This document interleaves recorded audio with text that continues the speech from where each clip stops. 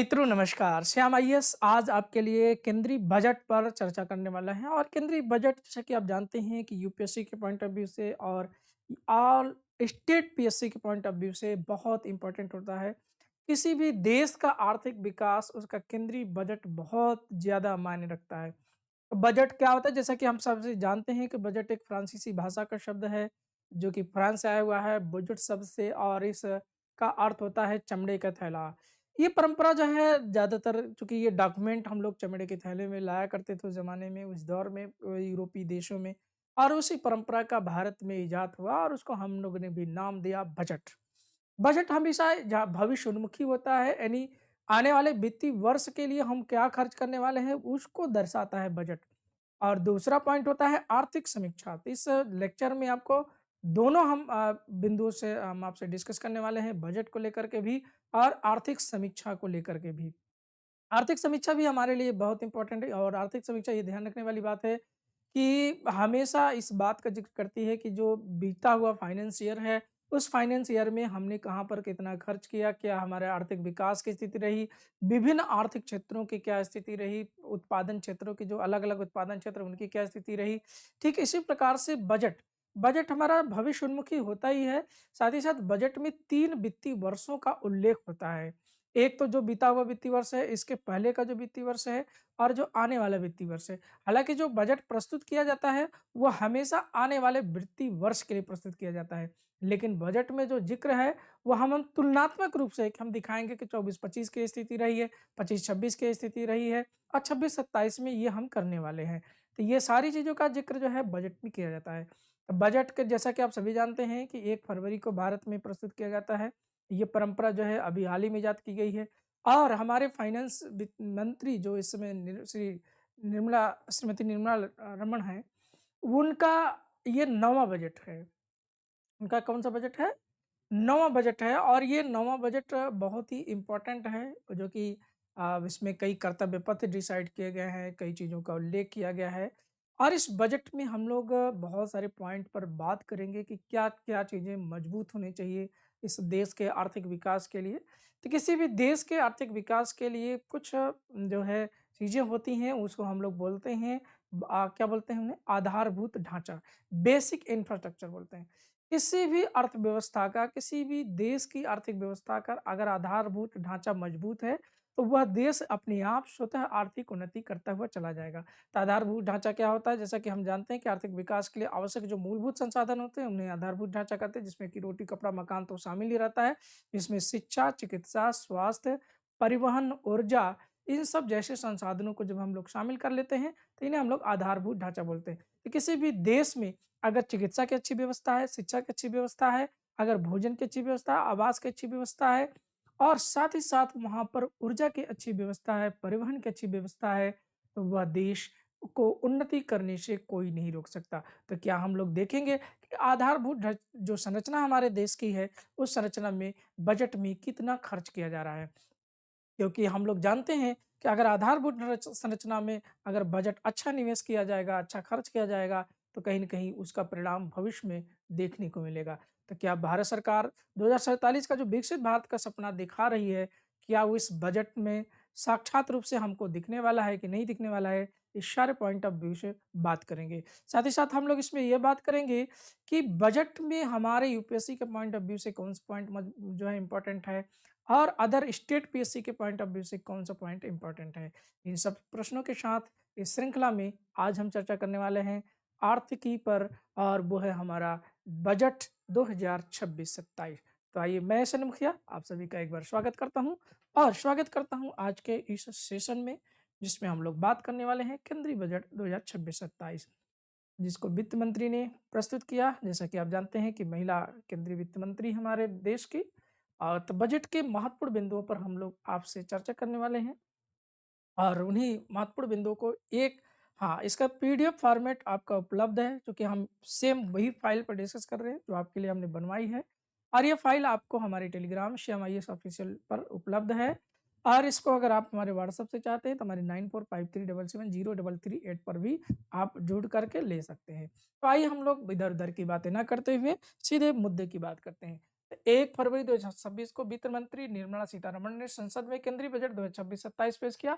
यह बजट कर्तव्य भवन तैयार किया गया पहला बजट है और यह विकास, नागरिकों की आकांक्षाओं और समावेशी विकास पर केंद्रित है। ध्यान रखिएगा किस पर ये पहला बजट है, ये पॉइंट नोट करना है किसके लिए? स्टेट पीएससी के लिए। क्यों? क्योंकि यह बजट पेश किया गया कर्तव्य भवन में। ध्यान रखिएगा कर्तव्य भवन में पेश करने वाला ये पहला बजट है, यानी जो नई संसद का भवन है कर्तव्य भवन, वहां पर पेश होने वाला है पहला बजट है। मुख्य कर्तव्य यहाँ पर 3 कर्तव्य डिसाइड किए गए हैं। ये 3 कर्तव्य बड़े इंपॉर्टेंट हैं हमारे एग्जाम के पॉइंट ऑफ व्यू से, यूपीएससी के भी पॉइंट ऑफ व्यू से। उत्पादकता में सुधार करके अर्थव्यवस्था को तेजी से बढ़ाना और वैश्विक बदलावों के सामने भारत को मजबूत बनाना। तो ये पहला बजट जो है हम लोग का कर्तव्य। दूसरा कर्तव्य पथ है लोगों की क्षमता और अवसरों को बढ़ाकर उनकी आकांक्षाओं को पूरा करना।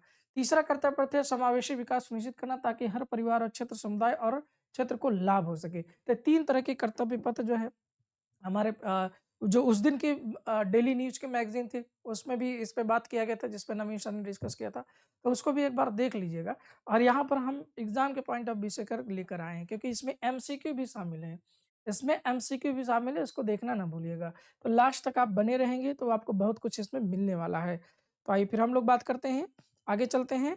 अगला पॉइंट हमारा कह रहा है बजट के आंकड़े और अनुमान को लेकर के। तो कुल बजट का जो हमारा अनुमान है कि हम कितना खर्च करने वाले हैं, कितना जो है व्यय करने वाले हैं, कहाँ से क्या चीज़ें आने वाली है। तो मुख्य अनुमान के तौर पर आपसे हम बात कर लें कि कुल प्राप्तियाँ उधार के बिना हमारे बजट में 36.5 लाख करोड़ रुपए। हालाँकि बजट का जो साइज़ है वो कितना है? 53.5 लाख करोड़ रुपए का बजट प्रस्तुत किया गया। कितने का? 53.5 लाख करोड़ रुपए, जो पिछले साल के बजट की तुलना में लगभग 3.5 लाख करोड़ रुपए ज़्यादा है, जो कि लगभग 50 लाख करोड़ रुपए का था। केंद्र का शुद्ध कर राजस्व जो है 28.7 लाख करोड़ रुपए रहने का अनुमान है। सकल बाजार उधारी जो है 17.2 लाख करोड़ रुपए का अनुमान है। शुद्ध बाजार उधारी पुनर्भुगतान के बाद जो है 11.7 लाख करोड़ रुपए रहने का अनुमान है। तो जो राजकोषीय घाटा है वो 4.3% रहने का इम्पोर्टेंट है। ये बहुत इंपॉर्टेंट है। किसी भी देश की अर्थव्यवस्था में राजकोषीय घाटा बजट का सबसे महत्वपूर्ण बिंदु होता है, क्योंकि ये हमको दर्शाता है कि सरकार का कुल कितनी आय प्राप्त हुई और कुल कितना व्यय हुआ। अगर कुल आय से व्यय अधिक है तो वही हमारा राजकोषीय घाटा निकल के आता है। तो राजकोष का मतलब है कि किसी भी प्रकार का आय हो, राजकोष में जो भी जमा हुआ है, अगर उससे व्यय अधिक है तो घाटा अधिक होगा और ये घाटा कितना रहने वाला है? 4.3%, जो कि हमारे एग्जाम के पॉइंट ऑफ व्यू से बहुत इंपॉर्टेंट है। ऋण से जीडीपी अनुपात 55.6% पिछले साल से कम हुआ है। पहला कर्तव्य और विकास रणनीति की, तो पहला हमारा कर्तव्य क्या है? विकास और रणनीतिक विकास। तो 3 कर्तव्य पथ की बात हुई है इसमें और तीनों कर्तव्य पथ के हिसाब से हम लोग इस बजट का विस्तार करेंगे। अब पहला कर्तव्य है विकास और रणनीतिक विकास। अब इसमें किन-किन पॉइंट पर बात की गई है उसको हम लोग नोट कर लेते हैं। इस खंड में उद्योगों, नौकरियों, बुनियादी ढांचे को मजबूत करने के लिए सरकार की प्रमुख योजनाएं शामिल हैं। तो कर्तव्य पहला जो कर्तव्य पद है उसमें क्या-क्या शामिल है? उद्योगों, नौकरी, यानी कुल मिलाकर के जो बुनियादी ढांचा मैन्युफैक्चरिंग का, उसको हम लोग पहले कर्तव्य पद के माध्यम से मजबूत करने वाले हैं। पहले कर्तव्य पद के माध्यम से हम लोग क्या मजबूत करने वाले हैं? पहला कर्तव्य पथ हमारा क्या है? बहुत इंपॉर्टेंट है। विकास और रणनीतिक विकास पर हम लोग बात करने वाले हैं और इसमें हम पहली चीज पे बात कर रहे हैं कि उद्योगों, नौकरियों, बुनियादी ढांचों को मजबूत करने के लिए सरकार की प्रमुख योजनाएं इसमें शामिल की गई पहले कर्तव्य पद पर। इसमें पहला है मैन्युफैक्चरिंग को मजबूत करना, बहुत इंपॉर्टेंट है। किसी भी देश की जीडीपी बढ़ाने के लिए हम लोग जीडीपी जानते हैं कि देश में एक वित्तीय वर्ष में, एक फाइनेंस वर्ष में कुल जो उत्पादित वस्तुएं और सेवाएं हैं उनके मौद्रिक मूल्य को हम लोग जीडीपी बोलते हैं, उन्हीं को सकल घरेलू उत्पाद बोलते हैं। तो वो सकल घरेलू उत्पाद किससे बढ़ने वाला है? चूंकि उत्पाद शब्द से जुड़ा हुआ है तो उत्पादन से ही बढ़ने वाला है। तो मैन्युफैक्चरिंग को मजबूत करना, बजट का लक्ष्य 7 रणनीतिक सेक्टरों को मैन्युफैक्चरिंग को बढ़ाना है। पहला है बायोफार्मा शक्ति, पहला हमने बायोफार्मा पर जोर दिया है। बायोफार्मा आप समझते हैं कि मेडिसिन से रिलेटेड है। भारत को ग्लोबल बायोफार्मा हब बनाने के लिए 5 सालों में 10,000 करोड़ रुपए खर्च किए जाएंगे। नए national institute of pharmaceutical education and research और मान्यता प्राप्त क्लिनिक ट्रायल साइट्स डेवलप की जाएंगी। किसके लिए?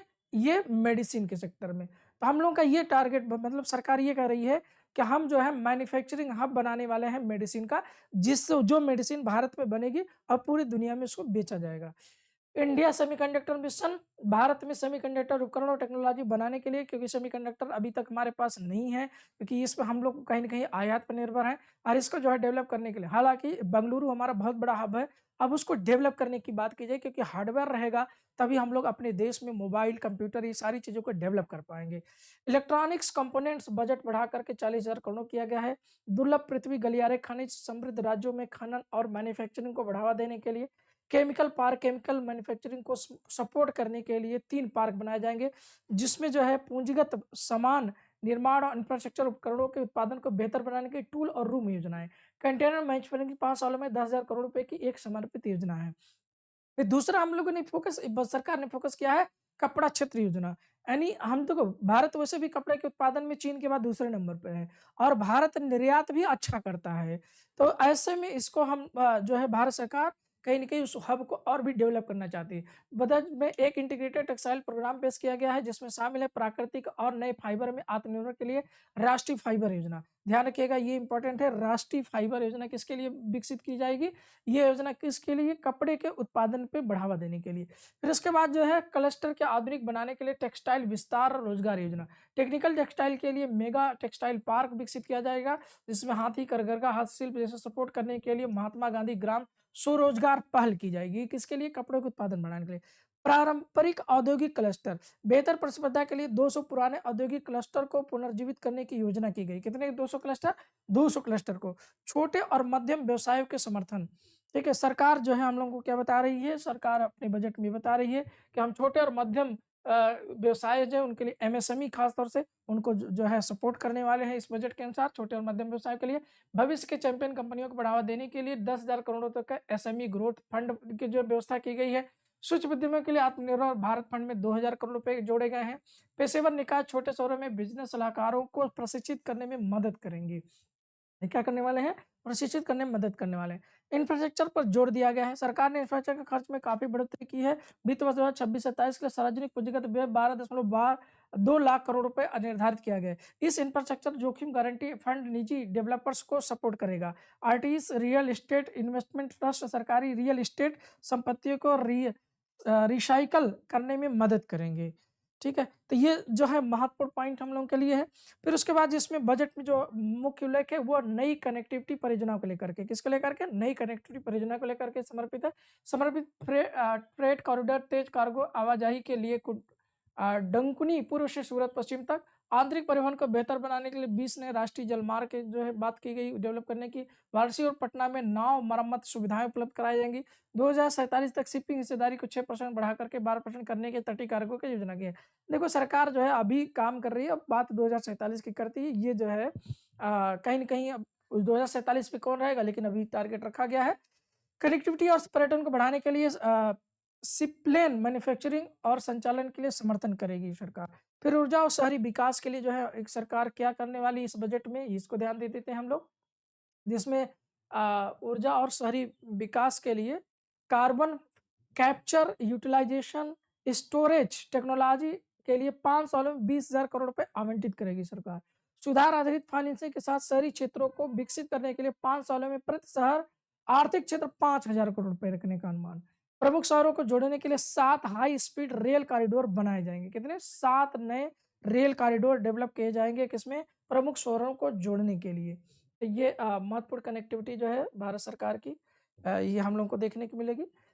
फिर उसके बाद जो है हम लोग बात कर रहे थे, कपड़ा क्षेत्र हो गया। फिर उसके बाद जो है शासन और वित्तीय सुधार सरकार करने वाली है। विकसित भारत के लिए बैंकिंग पर उच्च स्तरीय समिति बैंकिंग क्षेत्र की समीक्षा करेगी और बेहतर दक्षता के लिए पावर फाइनेंस कॉर्पोरेशन ग्रामीण विद्युतीकरण निगम का पुनर्गठन किया जाए। इसके लिए विदेशी निवेश नियमों को आसान और आधुनिक बनाने के लिए समीक्षा की जाएगी। और नगर पालिका बॉन्ड बड़े शहरों द्वारा 1,000 करोड़ से अधिक के बॉन्ड के लिए 100 करोड़ का प्रोत्साहन, यानी सरकार जो है नगर पालिकाओं में क्या करने, पैसा जुटाने के लिए बॉन्ड जारी करेगी। दूसरा कर्तव्य जो है भारत सरकार का है, दूसरा कर्तव्य लोगों की आकांक्षाएं और क्षमता निर्माण। तो पहला जो है कर्तव्य किसके लिए था? मैन्युफैक्चरिंग के लिए था। दूसरा कर्तव्य किसके लिए है? लोगों की क्षमताएं, स्किल डेवलपमेंट करने के लिए भारत सरकार क्या करने वाली है?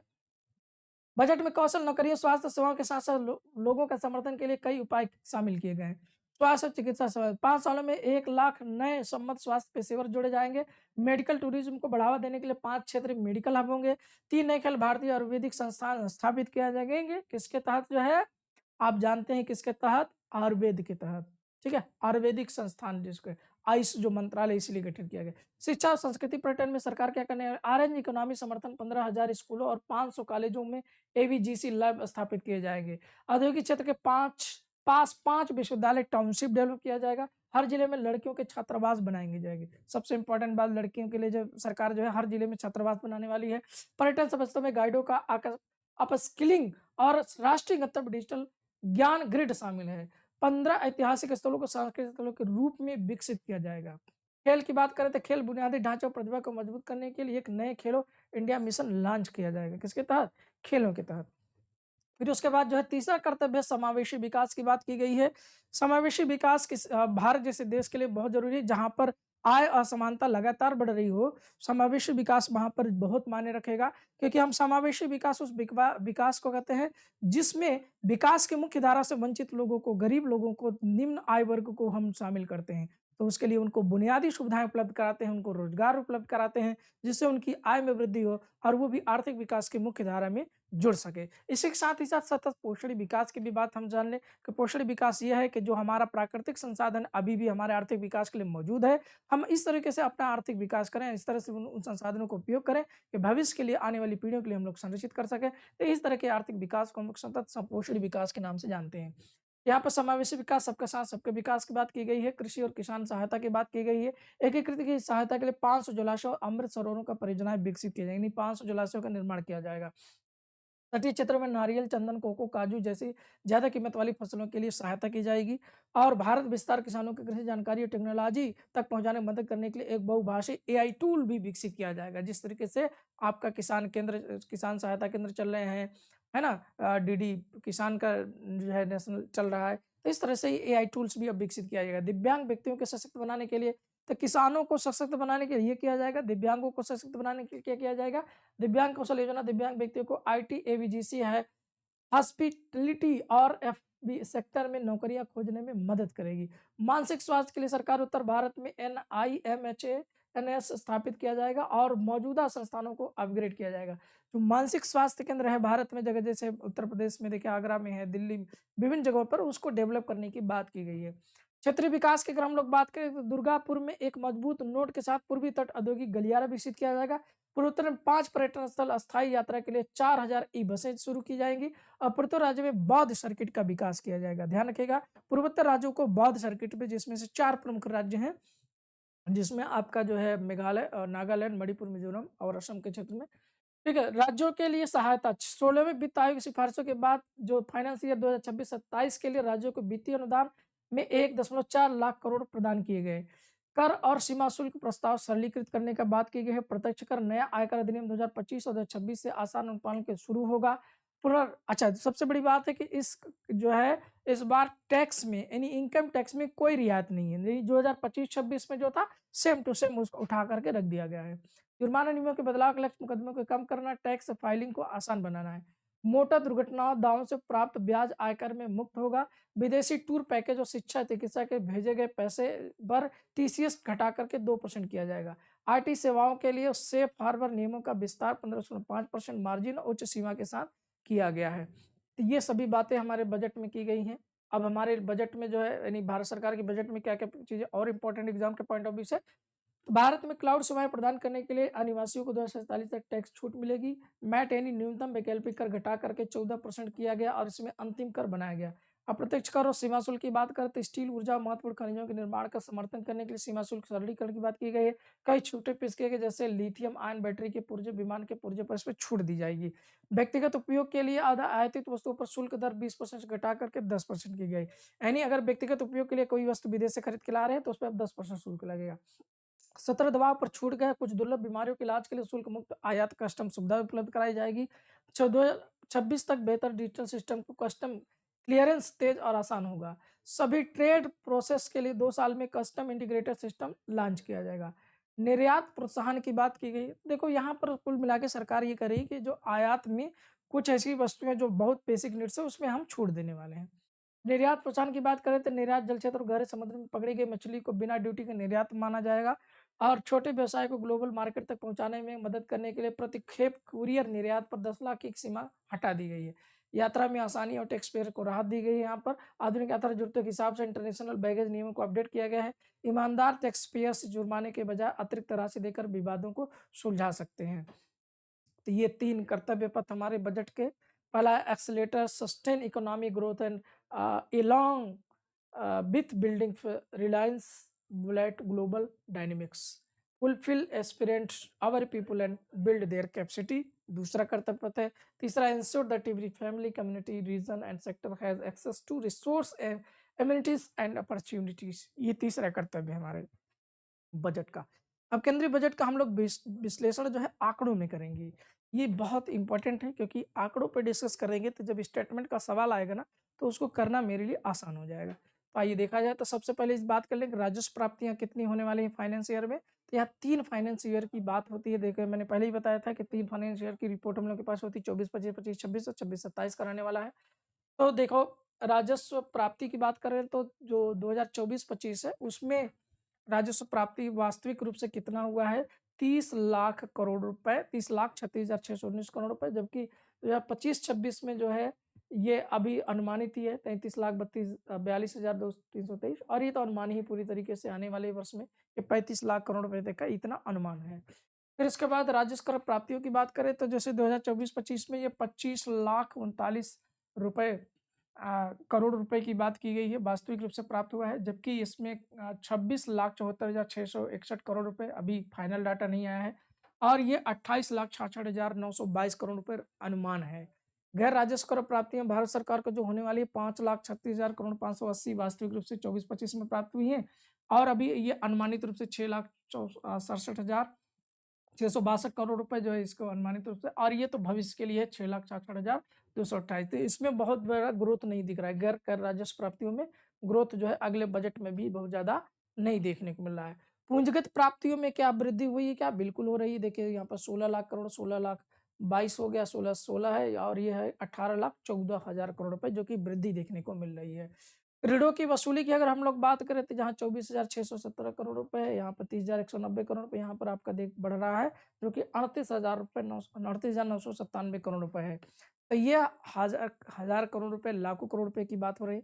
अन्य जो है हम लोग बात करें कुल प्राप्तियों की तो कुल प्राप्तियां जो है इस साल के बजट में जो रही हैं 2025 के बजट में 46,000 सॉरी माफ करिएगा 46,52,867 करोड़ रुपए और जो हमारा वित्तीय वर्ष अभी बीता है उसमें 49,64,842 जबकि बजट 50 लाख करोड़ रुपए का प्रस्तुत किया गया था। वास्तविक रूप से ये स्थिति है।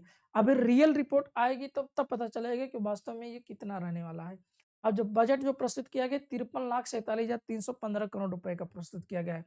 कुल व्यय अनुमान कितना रहा वास्तविक रूप से 2024-25 में यही सेम रहा 46,52,867 करोड़ रुपए और जो 2025-26 में 49,64,842 करोड़ रुपए और 26-27 में जो है 53,47,315 करोड़ रुपए रहने का अनुमान है।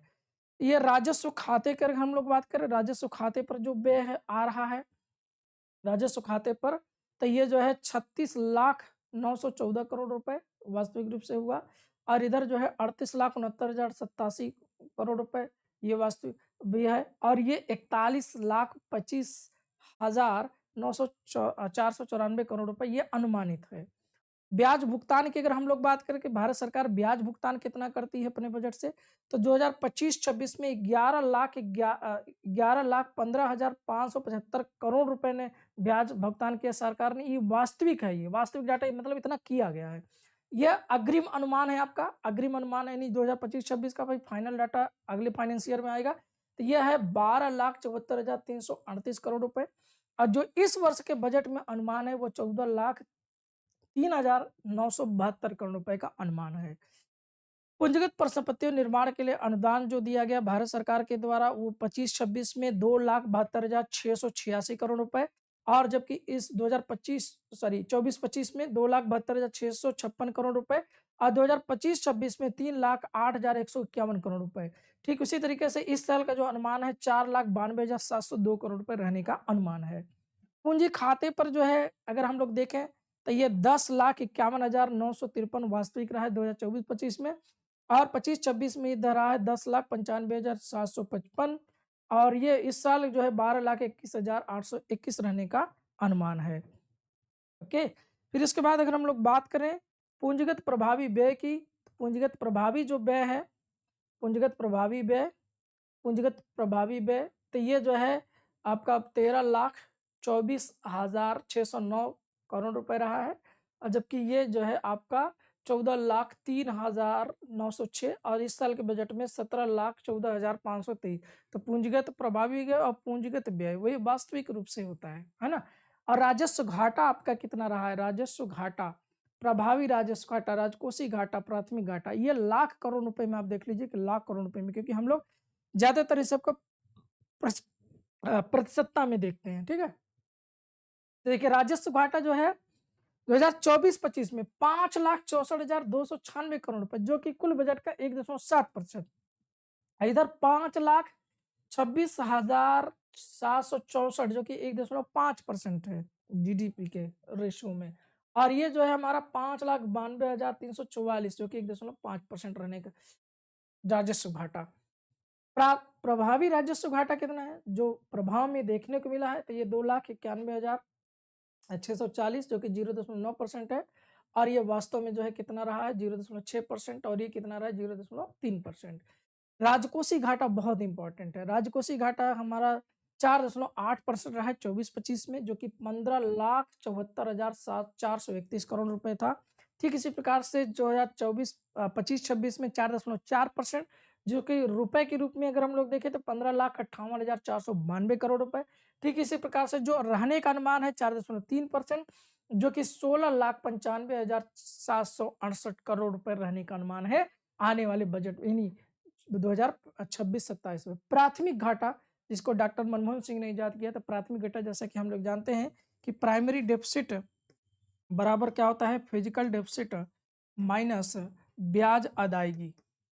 ठीक है, तो जो भारत सरकार ब्याज अदायगी करती है हर साल, उसको अगर हम लोग घटा देते हैं तो ये वास्तविक घाटा हमारा निकलता है, जिसको इजाद किसने किया था, डॉक्टर मनमोहन सिंह ने, जो भारत के पूर्व प्रधानमंत्री थे, और जैसा कि आप जानते हैं कि वो आर्थिक मामले में क्या थे, क्या हस्ती थी, आप जानते हैं कि एक वित्त मंत्री के साथ ही साथ एक अर्थशास्त्री भी थे वो, है ना। तो उन्होंने ये इजाद किया और दिखाया कि दुनिया को, देखो हमारा वास्तविक घाटा ये है, हम इतना पैसा ब्याज अदायगी में देते हैं, इसके वजह से हमको हमारा घाटा ज्यादा दिख रहा है, जबकि एक्चुअल घाटा हमारे बजट का ये है आईना। जैसे इसमें 0.7% रहने का अनुमान है, जो कि 2,91,796 करोड़ रुपए।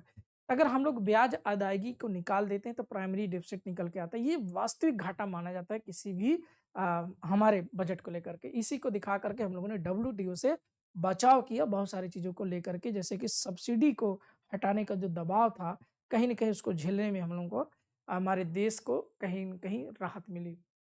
अब हम लोग यहाँ पर देखेंगे कि घाटे के आंकड़े जो है ये बात हम लोगों ने तो कर ही लिया, इसी में प्रमुख मदों पर क्या क्या भारत सरकार कहाँ-कहाँ पे कितना खर्च करने वाली है, ये हमारे एग्ज़ाम के पॉइंट ऑफ व्यू से इम्पोर्टेंट हो जाता है, क्योंकि कभी-कभार जो ज़्यादा वाला, कम वाला, कुछ विशेष वाला पूछता ही रहता है, और आयोगों में जो स्टेट कमीशन है, वहाँ पर तो मिलान करने के लिए भी सवाल यहाँ पर आते हैं। यूपीएससी में तो विश्लेषण करने के लिए आएगा, आंकड़े तो विश्लेषण करने के लिए नहीं आता, लेकिन आंकड़ों को कथन के रूप में विश्लेषणात्मक क्वेश्चन जो है यूपीएससी पूछती है।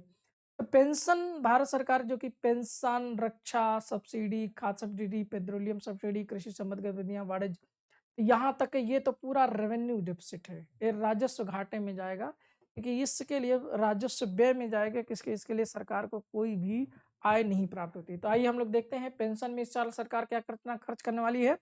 तो पेंशन में सरकार इस साल जो है 2,96,214 करोड़ रुपए खर्च करने वाली है।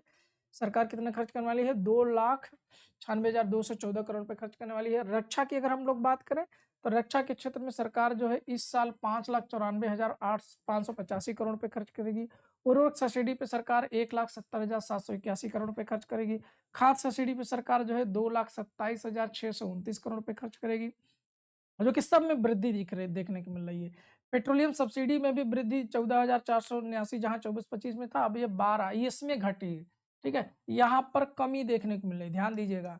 और यहाँ पर भी कमी की गई है, यहाँ पर भी कमी की गई है, ठीक है। और यहाँ दोनों पॉइंट में क्या की वृद्धि की गई है, ध्यान रखिएगा। यही तो यूपीएससी के लिए इंपॉर्टेंट है कि कहाँ कमी और कहाँ वृद्धि, तो ध्यान रखिएगा। उर्वरक सब्सिडी में भारत सरकार ने कमी की है, खाद्य सब्सिडी में भी इस बार कमी दिखाई गई है, पेट्रोलियम सब्सिडी में भी इस बार सरकार कमी करने वाली है। ये किसके लिए कर रहे हैं? क्योंकि राजकोषीय घाटा कम करने का प्रेशर अंतरराष्ट्रीय स्तर पे होता है, ना कि सिर्फ राष्ट्रीय स्तर पर। कृषि एवं संबद्ध गतिविधियों की बात करें तो यहाँ पर सरकार ने वृद्धि की है, और वो जो है 1,62,671 करोड़ रुपए करने का अनुमान है। वाणिज्य और उद्योगों के लिए यहाँ पर भी भारत सरकार वृद्धि कर रही है, और वो 70,296 करोड़ रुपए है। पूर्वोत्तर का विकास के लिए भारत सरकार ये वृद्धि करी, जस्ट जो है 24-25 का जोगुना जो है बजट कर दी, 6,0812 करोड़ रुपए। शिक्षा में, पढ़ाई में भैया, शिक्षा में हम लोग शिक्षा की बात तो ढूंढेंगे ना, अपना काम तो ढूंढेंगे ना, कहाँ है। और शिक्षा में बजट जो है, हालांकि अभी भी ऊंट के मुंह में जीरा है, इतने बड़े देश के लिए 1,39,289 करोड़ रुपए शिक्षा के लिए जरूर क्या होता है।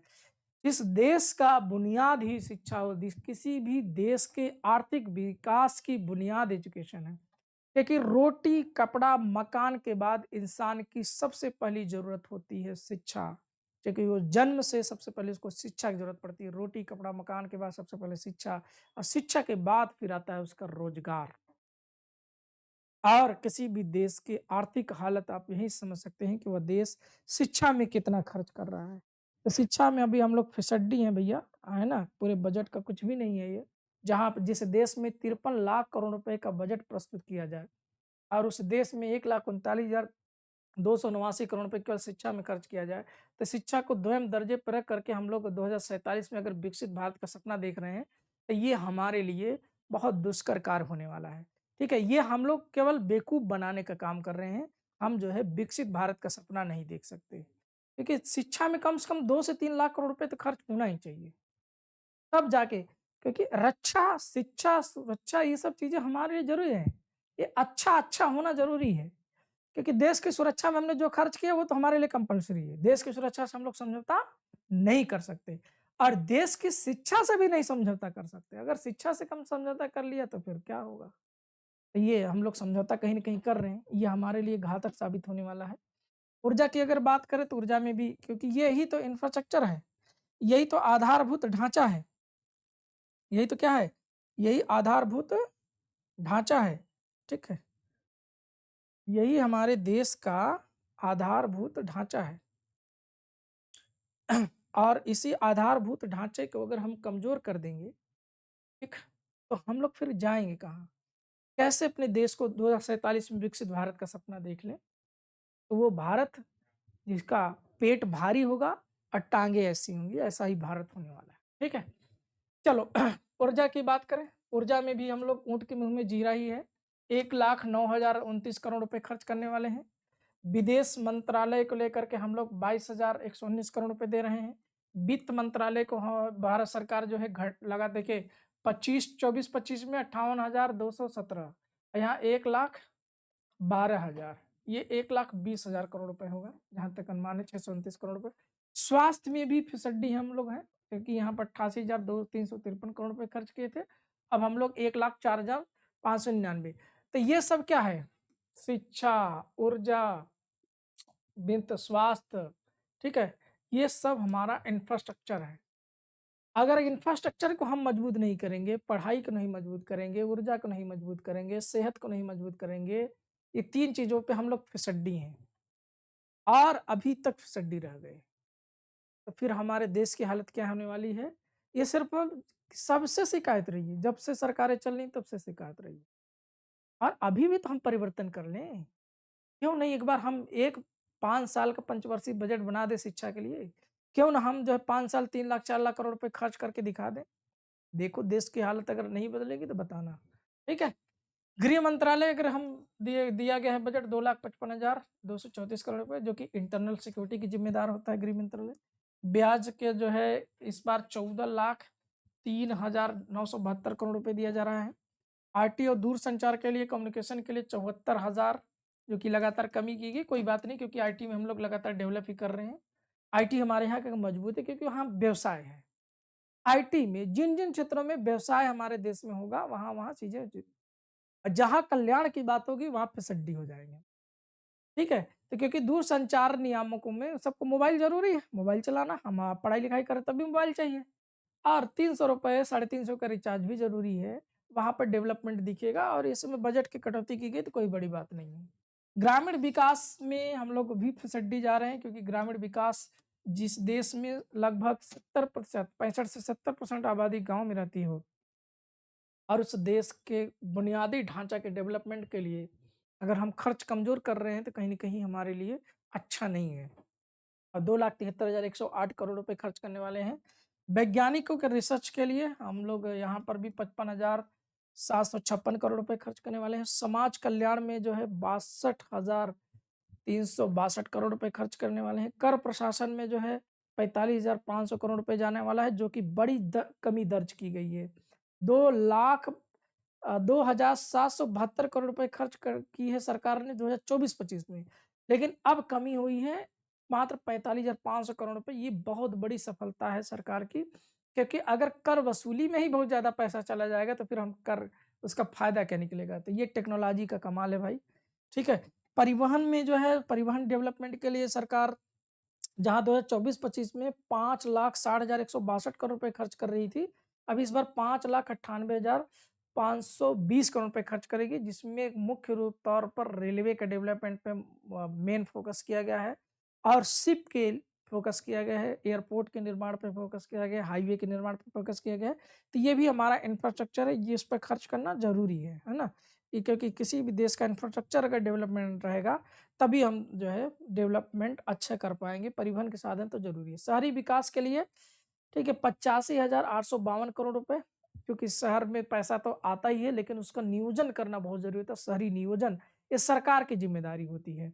किसी भी चाहे दिल्ली हो, चाहे मुंबई हो, लखनऊ हो, ठीक कोई भी शहर हो, वहाँ के प्राधिकरण की बहुत ज़िम्मेदारी होती है कि शहर को नियोजित तरीके से डेवलपमेंट होने में महत्वपूर्ण भूमिका अदा करे। इसके लिए 50,552 करोड़ रुपए का खर्च 22 करोड़ रुपए खर्च किए जाएँगे। ओके? तो ये जो है विभिन्न क्षेत्रों में व्यय के दर्शाता है। फिर ये हम लोगों ने देख लिया कि कितना कहाँ पर जाने वाला है। ठीक, कृषि कल्याण के लिए 1,40,000 परमाणु ऊर्जा के लिए 24,123 करोड़ रुपए, आयुष मंत्रालय के लिए 4,408 करोड़, रसायन उर्वरक के लिए 1,77,061 करोड़ रुपए, नागरिक उड्डयन के लिए 2,102 करोड़ रुपए, कोयला के लिए 3,635 करोड़ रुपए, ये विभिन्न मंत्रालयों के जा रहा है। ठीक, ये विभिन्न मंत्रालयों में जा रहा है। रक्षा में जो है इस साल बजट बहुत तगड़ा रहा है और सबसे बड़ा बजट के तौर पे आया है डिफेंस के लेकर के। क्योंकि कहीं न कहीं जो हमारे देश की सिक्योरिटी की हालत रही है, उसको देखते हुए सरकार को यहाँ पर फ़ोकस करना ज़रूरी है, ठीक है? और फ़ोकस हुआ भी है इसमें बजट में साफ-साफ दिख रहा है कि सरकार जो है 7,84,678 करोड़ रुपए जो कि सर्वाधिक व्यय यहाँ पर देखने को मिल रहा है। फिर कॉर्पोरेट मामले में जो है यहाँ पर 5,561 करोड़ रुपए है। फिर इसके बाद अगर हम लोग देखें तो विभिन्न योजनाओं में कहाँ पर कितना व्यय जा रहा है इसको भी देखते हैं कि विभिन्न फाइनेंस में कहाँ पर कितना व्यय जा रहा है इसको भी हम लोग देखेंगे। पंचायती राज के लिए मंत्रालय और विभागों के लिए ये हो गया। विभिन्न मंत्रालयों के लिए कितना कहाँ पर जा रहा है। फिर हम लोग देखेंगे इसमें कि योजनाओं को लेकर के कहाँ पर कितना व्यय हो रहा है। इस पर हम लोग फ़ोकस करेंगे, विभिन्न योजनाओं पर क्योंकि ये हमारे एग्ज़ाम के पॉइंट ऑफ व्यू से बहुत इम्पोर्टेंट होता है। राष्ट्रीय कृषि विकास योजना पर जो है भारत सरकार इस फाइनेंस ईयर में 8,550 करोड़ रुपए खर्च करने वाली है। कृषि उन्नति योजना के लिए 11,200 करोड़ रुपए, आयुष मिशन के लिए 1,300 करोड़ रुपए, खाद्यान्न आवाजाही के लिए सहायता के लिए 6,500 करोड़ रुपए, समग्र शिक्षा के लिए 42,100 करोड़ रुपए, पीएम पोषण के लिए 12,750 करोड़ रुपए, पीएम श्री स्कूल के लिए 7,500 करोड़ रुपए, पीएम ऊषा के लिए 1,850 करोड़ रुपए, स्वास्थ्य और संरचना के लिए 4,200 करोड़ रुपए, पीएम मत्स्य संपदा योजना के लिए 2,500 करोड़ रुपए, विकास कार्यक्रम के लिए 1,043 करोड़ रुपए और पीएम एफएमआई योजना के लिए 1,700 करोड़ रुपए और स्वास्थ्य एवं प्रजनन स्वास्थ्य के लिए लचीला पुल 31,820 करोड़ रुपए। ठीक है, ये बुनियादी ढांचे के रखरखाव के लिए 7,350 करोड़ रुपए। अब इसमें हम लोग को देखना है कि किस पर सबसे ज़्यादा खर्च देखने को मिल रहा है। तो जल जीवन मिशन के लिए जा रहा है 67,670 करोड़ रुपए, जो कि ग्रामीण और शहरी दोनों क्षेत्रों में विकास के लिए।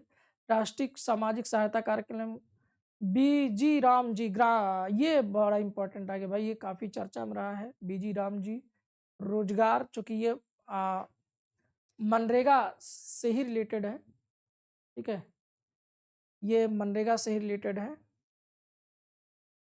मनरेगा से ही रिलेटेड योजना का नाम रूप बदल करके आ जा ये योजना आ गई बीजी राम योजना में। ये इंपॉर्टेंट है, एग्जाम के पॉइंट ऑफ व्यू से ध्यान दीजिएगा।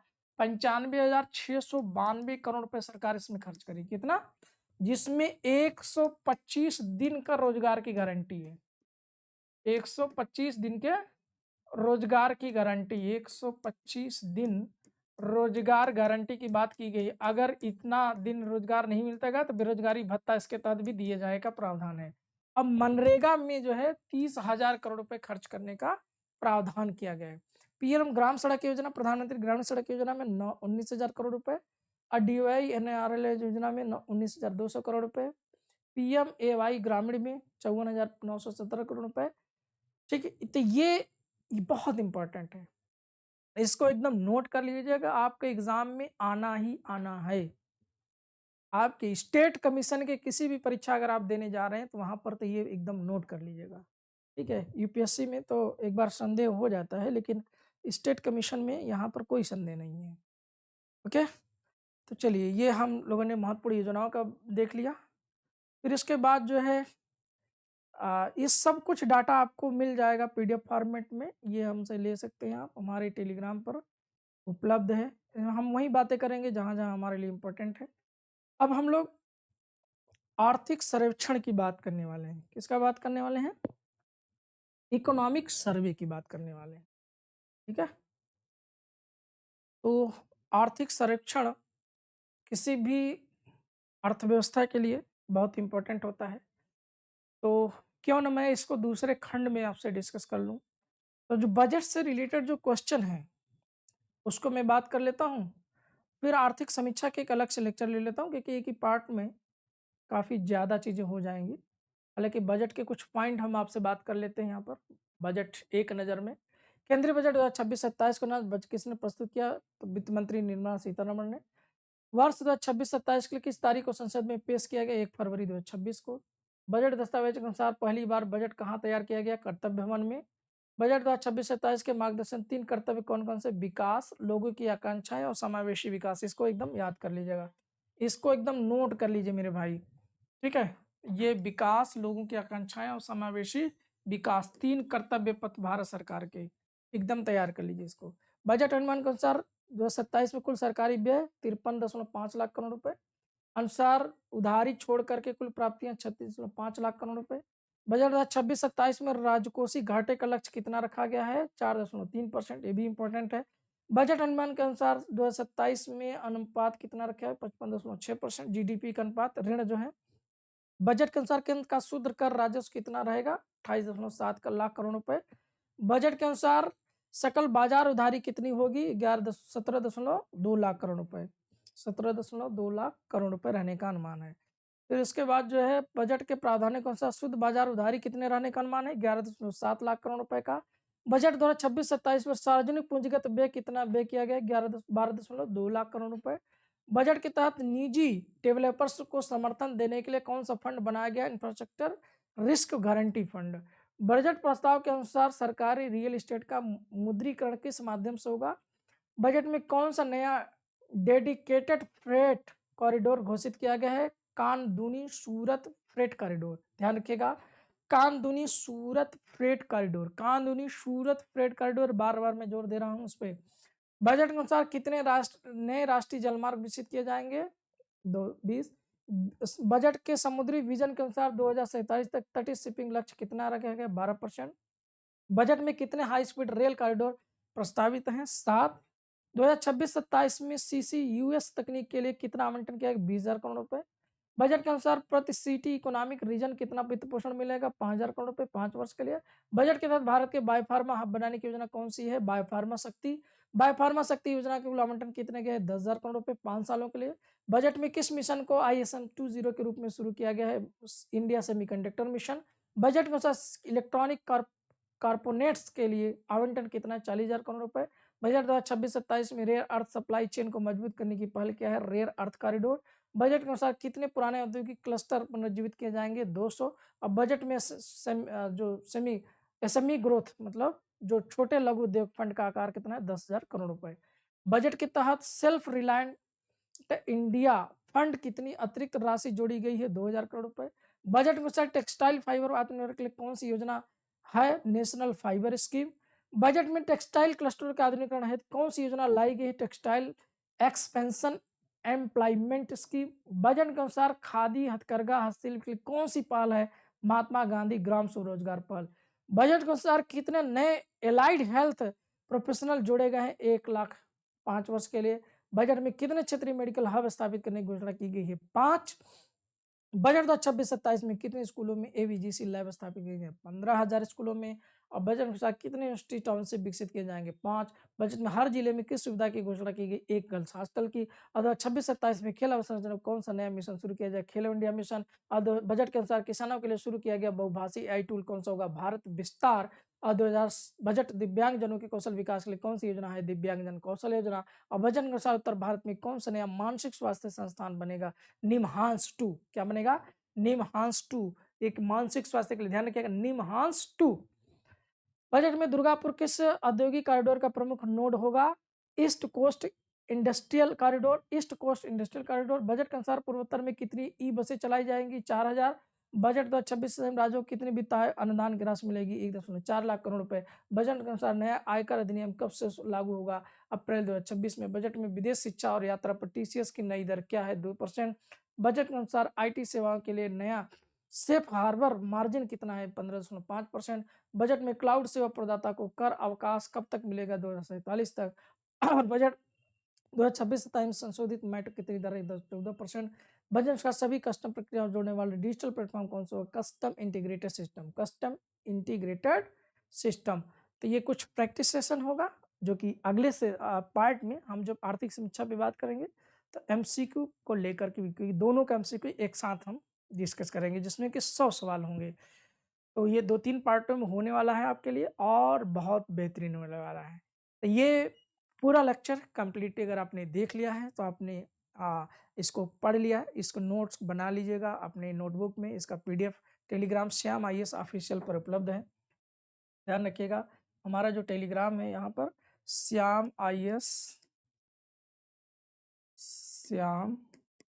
IAS ऑफिशियल, ये सर्च मारेंगे आप तुरंत आ जाएगा। यहाँ पर ये PDF उपलब्ध है, आप PDF डाउनलोड कर सकते हैं। आप PDF डाउनलोड करके अपना नोट्स बकायदे बना लीजिए, जिससे कि हम लोग बजट के जब भी एग्जाम में सवाल आए, ठीक है, उसको हम लोग बेहतर तरीके से कर सके। MCQ भी हम लेकर आने वाले अगले पार्ट में, आर्थिक समीक्षा लेकर आएंगे, फिर उसके बाद MCQ एक ही पार्ट में हम लोग डिस्कस करेंगे। तो आज की क्लास यहीं तक, और इसे शेयर करना ना भूलिएगा क्योंकि ये आपके देश के भविष्य के लिए, आपके भविष्य के लिए बहुत इंपॉर्टेंट है। जय हिंद।